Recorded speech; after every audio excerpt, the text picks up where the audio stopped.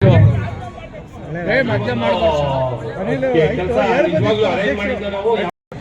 ಕಾರ್ಯಕ್ರಮವನ್ನು ಕೂಡ ಅನುಷ್ಠಾನಗೊಳಿಸಲಿಕ್ಕೆ ಪ್ರಯತ್ನ ಆಗಿದೆ.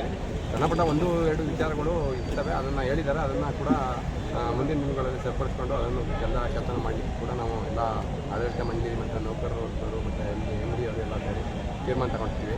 ಮತ್ತು ಈ ಒಂದು ನಮ್ಮ RAPCMSನ ಏನು ಇದೆ ಅಭಿವೃದ್ಧಿ ಕೆಲಸದಲ್ಲಿ ಒಂದನೇದಾಗಿ ಏನಂತಾರೆ, ನಮ್ಮ ಈ ಒಂದು ನಮ್ಮದು ಆಡಳಿತ ಕಚೇರಿ ಇದೆಯಲ್ಲ, ಕಚೇರಿ ರಿನೋವೇಷನ್ ಆಗಿದೆ. ಅದನ್ನು ಒಂದು 20 ಲಕ್ಷ ವೆಚ್ಚದಲ್ಲಿ ಚುರ್ಕಿ ಏನೋ ತುಂಬ ಸಮಸ್ಯೆಯಾಗಿ ಗೋಡೆಗೆಲ್ಲ ನಿಲ್ಲಿಸಿತ್ತು.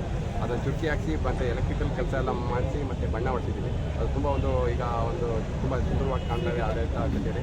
ಮತ್ತು ಅದೇ ಥರ ಏನು ನಮ್ಮ ರೈತ ಭವನ ರಿನೋವೇಷನ್ ನವೀಕರಣ ಕಾಮಗಾರಿ ಇದೆ, ಅದನ್ನು ಕೇಂದ್ರ ಉಕ್ಕು ಮತ್ತು ಕೈಗಾರಿಕಾ ಸಚಿವರು ಕೂಡ ಅನುದಾನವನ್ನು ಕೊಡ್ತೀವಿ ಅಂತ ಹೇಳಿದರೆ, ಮತ್ತು ಜಿಲ್ಲಾ ಉಸ್ತುವಾರಿ ಸಚಿವರು ಶಾಸಕರು ಎಲ್ಲ ಅನುದಾನ ಕೊಡ್ತೀವಿ.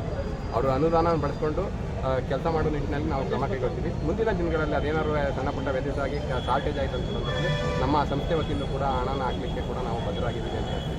ಮತ್ತು ಅದೇ ಥರ ಏನು ಕೇಂದ್ರ ಸರ್ಕಾರದ ಒಂದು ಅನುದಾನ ತಗೊಂಡು ಒಂದು ಪ್ರಾಜೆಕ್ಟ್ ಇದೆ. ಅದು ಏನು ರೈತರನ್ನ ಉತ್ಪಾದಕ ಕಂಪನಿ ಮಾಡಿಕೊಂಡು ಅದನ್ನು ಮಾಡಬೇಕು ಅಂತ, ರೈತರ ಆದಾಯನ ದ್ವಿಗುಣ ಮಾಡಬೇಕು, ಅವರ ಉತ್ಪನ್ನನ ಮೌಲ್ಯವರ್ಧನೆ ಮಾಡಿ ಅವರ ಆದಾಯನ ಹೆಚ್ಚಿಸಿಕೊಂಡು ಅವರು ಮಾಡುವಂಥದ್ದನ್ನ ಮಾಡೋದು ನಿಟ್ಟಿನಲ್ಲಿ 20 ಕೋಟಿ ವೆಚ್ಚದಲ್ಲಿ ಅದೊಂದು ಕಾರ್ಯಕ್ರಮ ಹಾಕ್ಕೊಂಡಿದ್ದೀವಿ.